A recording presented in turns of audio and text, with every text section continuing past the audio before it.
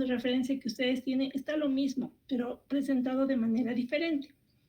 A mí me gustó esta presentación por el hecho de que vamos viendo cuál es la primera barrera, se pasa la primera barrera, hay una segunda línea de defensa, una tercera línea de defensa, hasta llegar a lo que es lo específico.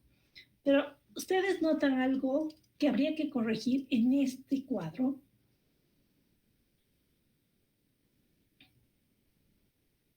Y viene de origen porque está sacado del libro, pero habría que corregir. ¿Alguien me puede decir cuál sería la corrección acá?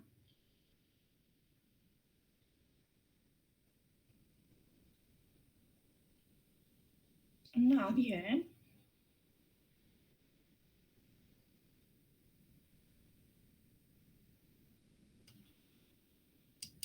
Están viendo la presentación, ¿verdad? John. Tanto en factores físicos como en factores químicos se nota que se repite secreciones vaginales. Ya, pero si se fija, David, no está mal en ese sentido, porque puede ser una secreción vaginal, pero puede tener un efecto físico y también uno químico. Si estamos hablando de un compuesto químico que está en esa secreción, que tiene alguna acción directa, es un factor químico. Pero si es una barrera que impide el paso a los microorganismos, es físico. Luis Felipe. Tal vez en el aparato lagrimal, que se enfoca más en que las lágrimas contienen lisozima y eso es un factor químico, mientras que está listado como un factor físico. A ver, déjeme ver. ¿Dónde está el lagrimal? Aparato lagrimal en factores físicos, el cuarto. Factores físicos. Aparato lagrimal. Aporta lágrimas que lavan los microbios. Ya, pero ahí es físico porque sí lava. O sea, de hecho puede eliminar. Y es químico porque puede tener lisozima. Pues estaría bien en ese sentido. Pero a ver, analicen, miren, si seguimos viendo, si ustedes se fijan aquí, ¿qué dice? Secreciones vaginales lavan los microbios de la uretra, lo que evita la colonización de la vía geniturinaria. ¿Eso será correcto?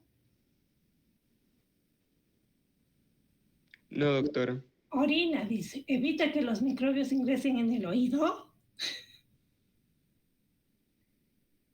¿Se han fijado en eso? ¿Saben qué ha pasado acá?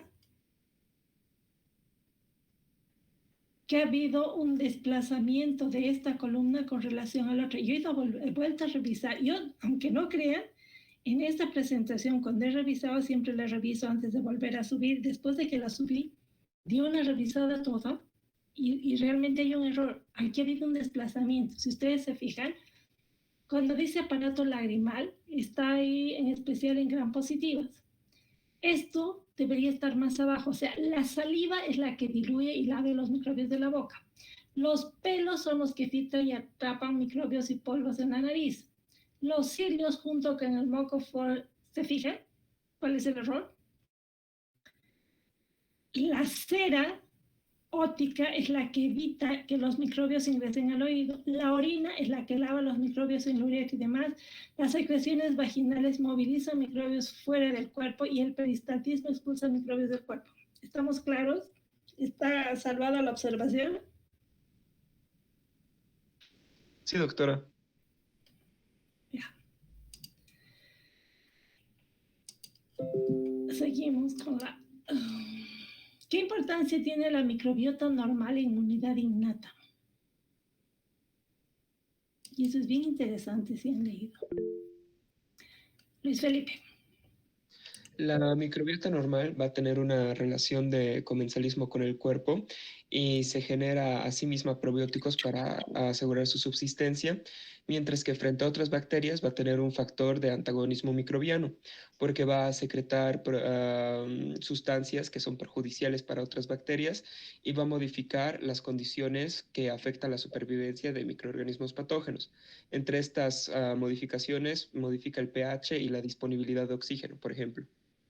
Ya. Ahora la pregunta que les hago, todo está bien, Felipe. Eso es lo que sucede con la microbiota normal. Ustedes han tenido una clase bien interesante. La autora me ha mostrado todo lo que se sabe ahora.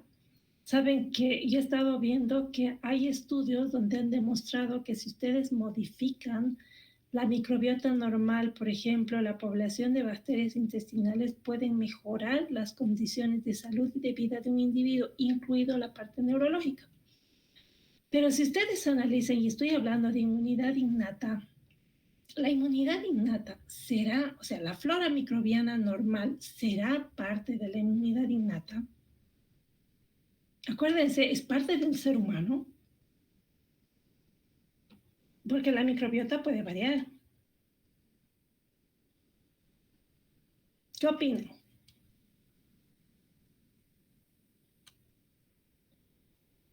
Por todo lo que han leído, dice, ¿no? Porque dice, estamos viendo cuál es la primera línea de defensa.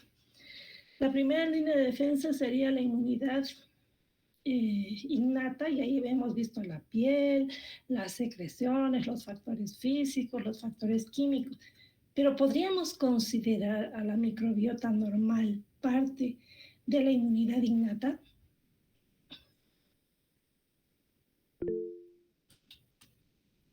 Luis Felipe. Yo opino, doctora, que en cierta parte sí, porque parte de esta microbiota normal va a ser todo con lo que el recién nacido es contaminado al momento del parto, al pasar por el canal vaginal de la madre. Es por eso también que los niños que nacen por cesárea tienen un sistema inmune más debilitado porque no tienen esta contaminación de una microbiota. Entonces yo pienso que por ese lado la microbiota se podría considerar innata. Sin embargo, también cabe resaltar que la microbiota va a ser modificada bastante por componentes ambientales. Que es cierto, ¿no es cierto? O sea, que es una realidad. A ver, doctora Rojas, bienvenida a la clase. ¿Qué opina usted sobre la pregunta que lanzamos? Muy buenas tardes, doctora Adriana Santa Cruz. Bueno, gracias por hacerme partícipe. Considero que de igual manera, ¿no? Al ser la microbiota como parte del organismo, se debería de considerar como una inmunidad innata. Muchas gracias.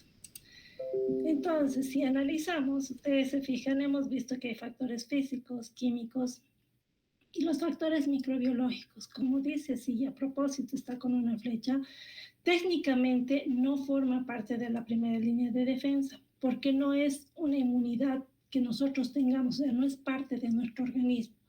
Pero como dice ahí, técnicamente sí podemos considerarla una primera línea de defensa, porque gracias a esta se va a ocupar receptores que evitan el ingreso de microorganismos patógenos, van a tener la capacidad de sintetizar algunos otros compuestos como vitaminas y demás que son necesarios para el organismo. Por lo tanto, es importante con esa salvedad considerar que sí son una línea de defensa, pero no forman parte del organismo del individuo. Y como nos decía Luis Felipe, es una flora, un microbioma que va a variar y va a depender de varios factores. Uno ya se coloniza con estas bacterias al momento del nacimiento. Y es lo que les decía en las prácticas, lo normal es tener esa microbiota. Lo anormal sería no tener absolutamente nada. Entonces, ¿qué hacen los microorganismos? Van, o sea, se ponen en contacto con el ser humano y van pasando las ciertas barreras. Y los patógenos, que son los que tienen los factores de virulencia más importantes, van pasando esas líneas de defensa. ¿Cuál es el rol y los tipos de leucocitos que participan en la defensa del ser humano?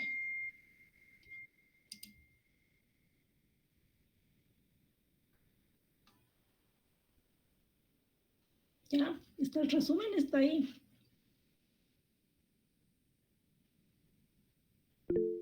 Luis Felipe.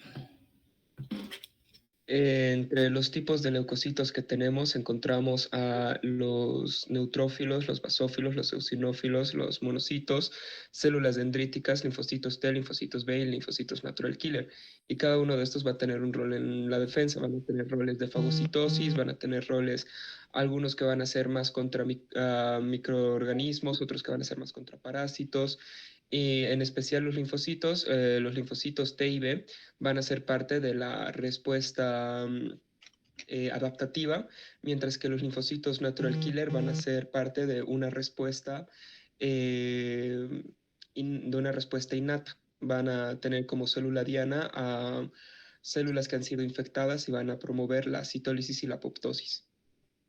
Ya, si ustedes se fijan, esta diapositiva no me acuerdo si está en uno de los libros, pero a mí me gustó por la forma en que presenta a las células que participan en la respuesta inmune. Y aquí está clarito, ¿no? ¿Cuáles son las células? Los leucocitos, por ejemplo, que participan en la respuesta inmune innata. Solo la innata, basófilos, eosinófilos y los mastocitos. ¿Quiénes participan en la respuesta adaptativa? Linfocitos T y linfocitos B. ¿Y quiénes pueden participar o se establecen el nexo entre una u otra, como los neutrófilos, monocitos, células dendríticas y natural killer? Si se fijan, ¿qué hacen los neutrófilos? Por ejemplo, son células presentadoras de antígenos, lo mismo que los macrófagos. ¿No? A partir de los monocitos vamos a tener los macrófagos y ahí vamos a tener bien definidas las funciones de cada uno. Avanzaremos, por favor, a ver. Ahora, esta pregunta, si un paciente tuviera una enfermedad de origen genético que afecta la cantidad y funcionalidad de macrófagos, ¿qué alteraciones inmunológicas esperarían que tuviera ese paciente, encontrar en ese paciente? Si vamos aplicando más lo que es la parte básica con la clínica, a ver. Y obviamente está muy relacionado con las funciones de los macrófagos. Si ustedes analizan, a ver, antes de que respondan, esta es una pregunta que está ya un poco más contextualizada, se llama. Significa que en lugar de preguntarles cuáles son las funciones de los macrófagos, les estoy preguntando los efectos que podría tener si se altera el número de funcionalidad de los macrófagos. ¿Qué han respondido frente a esto?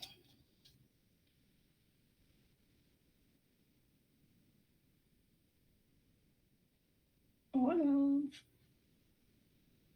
A ver. María Pérez Flores. ¿Qué respondió frente a esta pregunta? ¿Cuál fue su respuesta a esta pregunta? María Pérez Flores está en sala.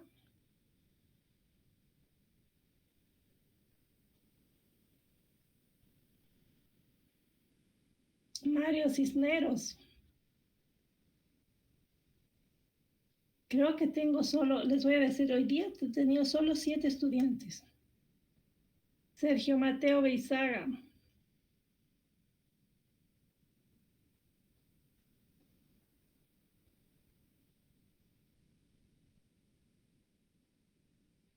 Edson Mendoza. Sí, doctora. Oye, perdón, pensé que ya no me oía nadie, pensé que estaba mal mi micrófono. ¿Cómo podría responder esta pregunta?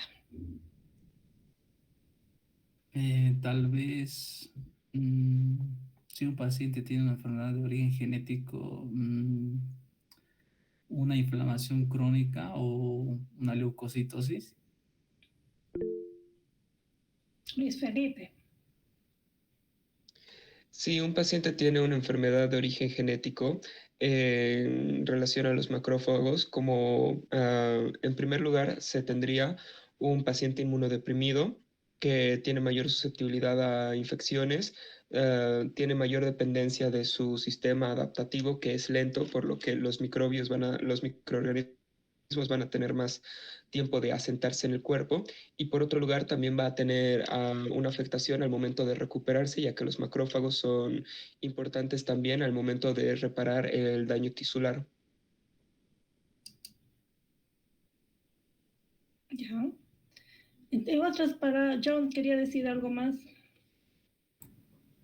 Bueno, teniendo en cuenta que los macrófagos forman parte del sistema inmune innato y si estos llegan a ser afectados tanto en cantidad y en funcionalidad, entonces la persona tendría más tendencia a desarrollar el sistema inmune adaptativo, ya que los macrófagos son células que fagocitan, son células fagocíticas importantes para ayudar a eliminar patógenos, células infectadas, y también están involucradas en presentar antígenos a otras células inmunitarias, o sea, formar parte del sistema inmune innato. Entonces, una enfermedad de origen genético que afecta la cantidad y la funcionalidad de los macrófagos afectaría tanto sistema inmune innato y sistema inmune adaptativo. de todo. Y esa era la idea, que ustedes razonen, dice, ¿qué pasaría si una célula tan importante viene a ser afectada? Y el resumen está ahí. Las funciones de los macrófagos, si ustedes se fijan, son un nexo importante con la respuesta inmune específica. Tienen una función importante, un rol importante en la activación de los linfocitos, en el proceso de inflamación, fiebre, acción antimicrobiana directa, porque ellos son los que fagocitan. Tienen una actividad antitumores, tienen una actividad incluso en la reparación de los tejidos, actividad antimicrobiana, porque está asociada con las actividades antiparasitarias. Tiene una actividad contra los tumores, ¿no es cierto? Y esto nos da una diferencia de los macrófagos unidos. En la presentación que les he pasado, les pongo esto, que es la estructura o los receptores que podemos identificar en la superficie de un macrófago. Porque si tiene todas esas funciones, significa que tiene receptores capaces de interaccionar con señales dentro del sistema inmune. Y vamos a ver que tiene receptores relacionadas con presentación de antígeno fundamental, un nexo con la respuesta inmune específica, activación tisular, la capacidad de adherirse a las bacterias, la capacidad de facilitar la captación, por ejemplo, las opsoninas, factores del complemento, inmunoglobulinas, etc. Esa naturaleza hace que tenga varias funciones. Imagínense que tenga una alteración de la funcionalidad y se van a ver afectadas todas estas funciones. Y como decía su compañero, uno ya puede deducir que no solamente la respuesta inmune adaptativa va a estar alterada, sino también la respuesta inmune específica por el rol que tienen estas células. A ver, ¿pueden las bacterias evitar la fagocitosis? Han encontrado... Bueno, ya habíamos visto qué importancia tiene la fagocitosis como parte de la segunda línea de defensa del humano y si las bacterias pueden evadir la fagocitosis. ¿Han visto algo de esto?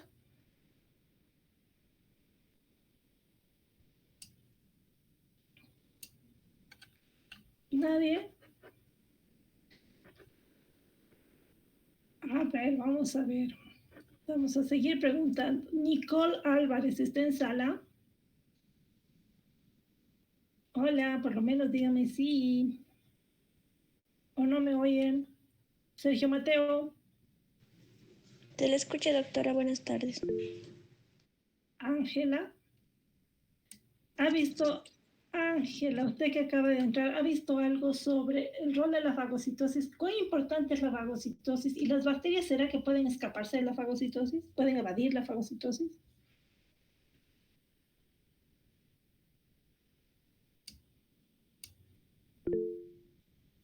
Bueno, Marco Antonio.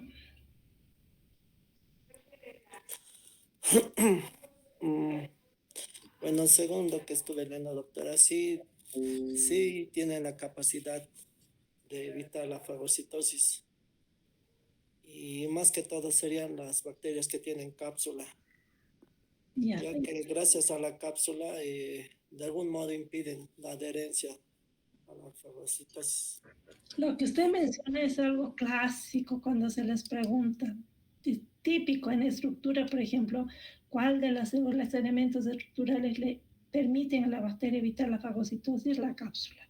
Esa es la respuesta, es cierto. Pero ¿qué queríamos preguntar con esto? La respuesta inmune, dentro de la respuesta inmune innata, la fagocitosis es esencial como segunda línea de defensa. Se entiende lo de las líneas, ¿no es cierto? Si imaginan al ser humano, las bacterias entran en contacto, las primeras líneas de defensa impiden el ingreso de las bacterias o de otros microorganismos. Si estos ingresan, va a aparecer la segunda línea de defensa. Están sensando en diferentes órganos estas células como los macrófagos. ¿Qué hacen? Captan y el proceso de fagocitosis es lo que tienen resumido acá. Tiene las etapas. Una, la quimiotaxis o adherencia. 2, la ingestión. 3, la formación del fagosoma. Este fagosoma posteriormente se une al lisosoma. Acuérdense que en el lisosoma están las enzimas que tienen la capacidad de destruir estas células. Se produce esa digestión en el fagolisosoma y finalmente hay un cuerpo residual que puede ser eliminado como material de desecho. La pregunta que les hacía, ¿será que la bacteria puede evitar? Sí, porque puede tener una cápsula que primero evita la fagocitosis, pero también puede tener otra forma de evadir la fagocitosis. ¿Saben cuál es, Edson? Estuve leyendo en la parte, doctora, donde La fagocitosis es un mecanismo importante, ¿no? Porque tiene mucha, que va paso por paso, ¿no? Que al fagocitar, por ejemplo, las bacterias, hay bacterias que pueden ser resistentes al superóxido o al peróxido de hidrógeno cuando está dentro del fagolisosoma. También hay bacterias que pueden salir del fagolisosoma, escapar al citosol, ¿no? Y también pueden inhibir la respuesta quimiotáctica y pueden secretar algunas proteasas, evitando así que puedan ser destruidas. Exactamente. Esos son los mecanismos de evasión a la respuesta inmune. Hace rato pensé que... Ya, a ver, hemos dicho la adherencia, la ingestión, la formación del fagosoma, la unión con el lisosoma, se forma el fagolisosoma, aquí se digieren a los microorganismos y estos finalmente van a ser liberados como material de desecho, todo material de desecho, pero aquí se destruye la bacteria.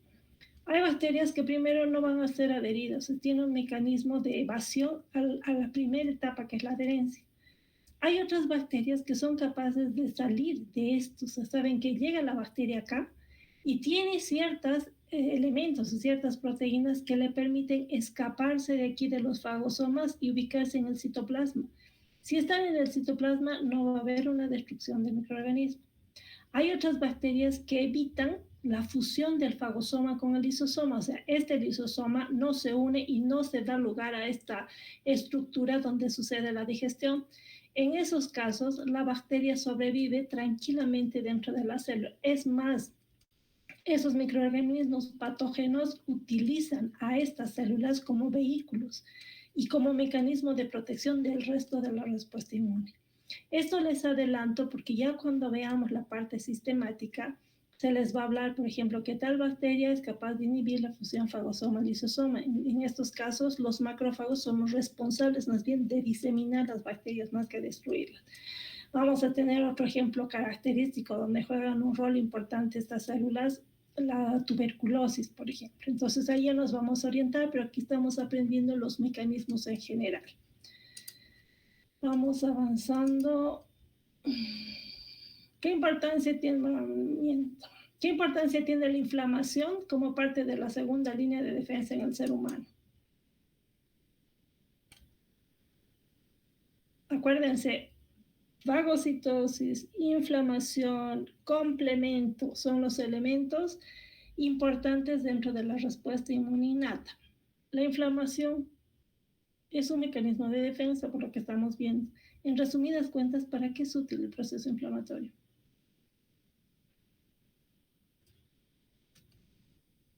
Ya, nadie.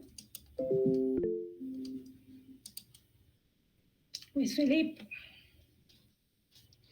La inflamación va a ser un proceso que va a aumentar la permeabilidad vascular, va a generar una vasodilatación, va a hacer que los leucocitos tengan una mayor adhesión, va a promover la quimiotaxis de leucocitos y también va a generar fiebre. Todos estos procesos tienen como objetivo final asegurar una buena función de los leucocitos y asegurarse de que los leucocitos lleguen al lugar donde se encuentra la infección. Exactamente. Si ustedes se fijan en la presentación, todos los que he buscado, de todos los esquemas que me podrían ayudar a entender bien lo que es la inflamación, es el que más me ha gustado. ¿Qué veíamos? Si existe una bacteria, llega, choca con la piel, primera línea de defensa no está probada. Atraviesa esta, ¿qué es lo que va a estar sensando? Por ahí, macrófagos, lo más seguro. ¿Qué hacen los macrófagos? Se van a activar el complemento, va a haber una activación además del complemento y al final todo el proceso inflamatorio se van a dar cuenta que va a determinar la llegada de una quimiotaxis, o sea, que al sitio donde está este agente agresor llegue gran cantidad de células con capacidad fagocítica.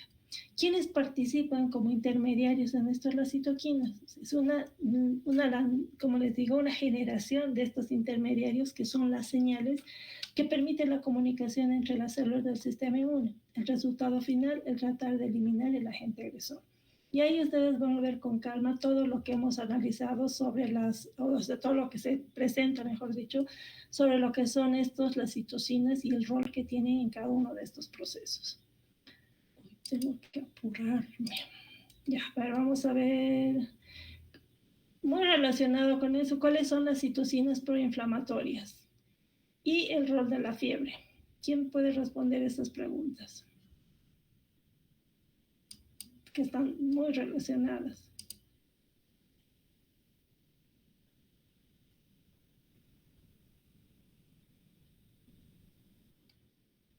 A ver, vamos a ir resumiendo entonces. Esa es la que les decía, de todas las diapositivas, no sé si les compartí. Viene la bacteria, atraviesa la primera barrera, vienen los macrófagos, se activa el complemento.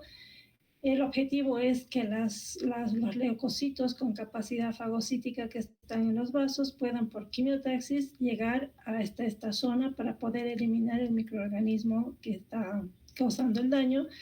Y los intermediarios, que son las citoquinas, son las señales que permiten la comunicación entre las células, que de alguna manera también determinan la fiebre en el paciente. El proceso de inflamación, que ustedes lo van a ver, cómo se van, sintetizando algunas proteínas que pueden, por ejemplo, las selectinas, que permiten la fijación de los neutrófilos en la zona que está afectada. De alguna manera tienen que salir estas células de los vasos e ir a concentrarse en el sitio donde está el agente agresor. Teníamos lo mismo, el neutrófilo va rodando, se activa, se adhiere la diapédesis, que es la salida de estos en el sitio de la infección. Y estas son las citoquinas proinflamatorias. Está resumido la función que tiene cada una de ellas. Luego tenemos los sucesos fisiológicos de una respuesta inflamatoria aguda, también les he explicado claramente. Los signos y síntomas más importantes cuando hay un proceso infeccioso que tenemos: enrojecimiento, calor, dolor, hinchazón y alteración de la función. Y la inflamación, ¿qué es lo que nos permite? ¿Qué es lo más importante? Lo que decía, ¿cuál es el rol que tiene? Neutralizar y eliminar el agente patógeno. Aumenta el flujo sanguíneo, aumenta la temperatura, se genera un coágulo de fibrina que va a delimitar para que no se diseminen los microorganismos. Los fagocitos se reúnen en el área inflamada y fagocitan los microorganismos y van a ir actuando los intermediarios del complemento. La fiebre, que al final va a desencadenar la producción, o sea, va a estimular la producción de linfocitos T, va a intensificar los efectos de algunas moléculas con capacidad antiviral, va a aumentar las transferrinas, o sea, van a tener la capacidad de que disminuya el hierro. Si disminuye el hierro, hay menor opción a que los microorganismos, especialmente las bacterias, se multipliquen, y va a favorecer la autorreparación de los tejidos. Si ustedes analizan la presentación y a la pregunta que siempre me hacen, ¿de dónde vamos a estudiar? De Jowett o de Murray, tiene la misma información que está en los dos libros. En Jowett he visto que está mucho más reducida, pero es la información que tienen más de Murray, pero que está organizada de manera gráfica para que les facilite el estudio. A ver. Y acá, que me gustaría ver, que ustedes revisen un poco, van a revisar más lo que es, aquí solamente les he puesto cuáles serían las alteraciones si hubiera un daño en la funcionalidad del sistema del complemento. Pero en realidad cuando vean lo del sistema del complemento, ustedes no solamente vean la función, sino lo básico. Para mi gusto es que entiendan esto. ¿Les quedó claro? ¿Tienen alguna duda sobre esto?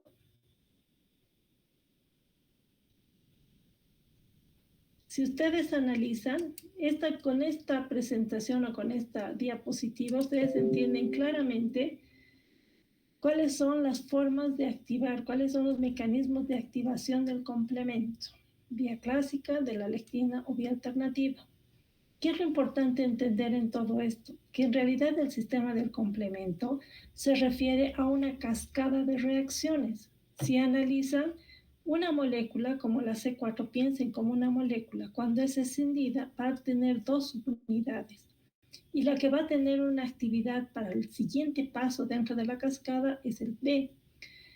A su vez vamos a tener una activación de las enzimas que participan, que van a desdoblar finalmente las otras moléculas como el C2, y las subunidades resultantes como la C4B y la C2B pueden llegar, la C2A pueden llegar a unirse y formar una enzima, y esa enzima actúa incidiendo sobre el otro sustrato. O sea, son varias proteínas que van siendo divididas por una actividad enzimática, pero es una secuencia. Al final, ¿en qué termina esto? En que se van a liberar opsoninas, o sea, intermediarios que van a facilitar la fagocitosis, van a convertirse en sustancias o se van a liberar sustancias quimiotácticas que van a facilitar la llegada de los macrófagos y las otras células del sistema inmune, y la capacidad de formar varias proteínas que se va a hacer dibujado por ahí, está por ahí la presentación, donde van a formar, o sea, se van a organizar en la superficie, por ejemplo, de la célula bacteriana y van a hacer poros. Y al hacer poros es como si los perforaran. Es el complejo mayor de ataque. Esto está bien descrito en el video, cada una de las vías y las funciones que tiene. ¿Y cómo se regula? ¿No es cierto? Que se puede hacer una regulación negativa, porque si se activa la vía del complemento, tiene que haber una vía que permita delimitar esa función. Y para eso tenemos otros factores que van a ir destruyendo esas enzimas intermediarias en el proceso de cascada. ¿Qué más teníamos? Las citoquinas. Déjenme ver qué más nos falta. Y la última pregunta que les he hecho, lo de los interferones. Entonces, cuando revisen, por favor, en la vía del complemento, revisen la secuencia de reacciones químicas. Son importantes las funciones del complemento, el rol que tiene en cada una de las etapas. Y lo otro que es importante, las citoquinas. ¿Cuál es la fuente? ¿Cuál es el desencadenante? La acción que tienen y la diana, o sea, sobre qué actúan. Y dentro de esto les hice hincapié en los interferones, precisamente a raíz del rol que han tenido estos intermediarios en procesos patogénicos graves, como en el caso del COVID. Entonces es importante entender qué hace el interferón, que no es un solo tipo, hay tres. En la inmunidad innata está el 1 y el 3, y el 2 es más de la inmunidad específica. Les he puesto las funciones que tienen, cómo pueden actuar como antivíricos. Y finalmente, algunos péptidos antimicrobianos, que son moléculas que pueden actuar directamente contra las bacterias, porque pueden formar poros y pueden destruir directamente las células. Los péptidos y los otros mediadores solubles, que también los consideramos dentro de la respuesta inmune, de manera que tienen el resumen acá. Den una revisada a todo esto. Y con eso creo que habríamos concluido por hoy día. No sé si tienen alguna pregunta, alguna duda.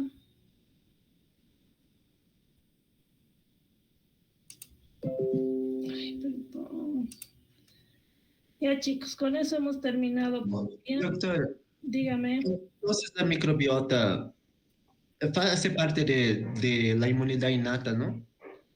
O sea, técnicamente sí, pero en realidad lo que pasa es que cuando digo inmunidad innata es parte del cuerpo humano que actúa frente al agente agresor.